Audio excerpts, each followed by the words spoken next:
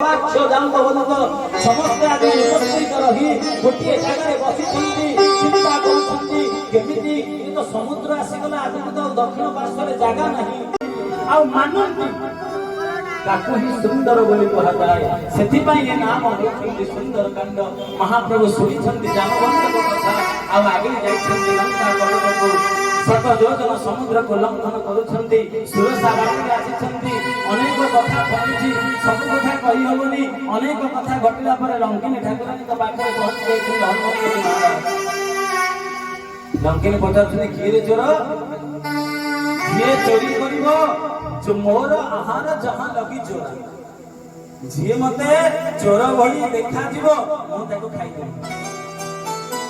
आपनक साहिर मध्य कौन से ठाकुरानी जण थे